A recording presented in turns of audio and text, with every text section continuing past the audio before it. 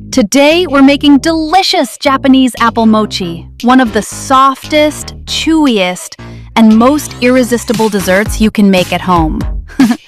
Mochi is a traditional Japanese rice dessert loved all around the world for its delicate flavor and satisfyingly chewy texture. And guess what? You don't need complicated techniques or fancy equipment to make it yourself. Make deliciously chewy mochi with apple filling.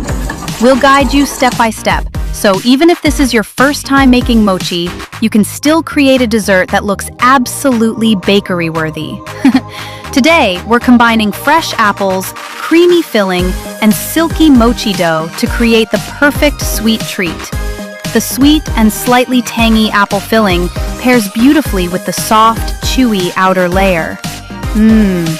So grab your ingredients, get comfortable, and let's make homemade apple mochi together.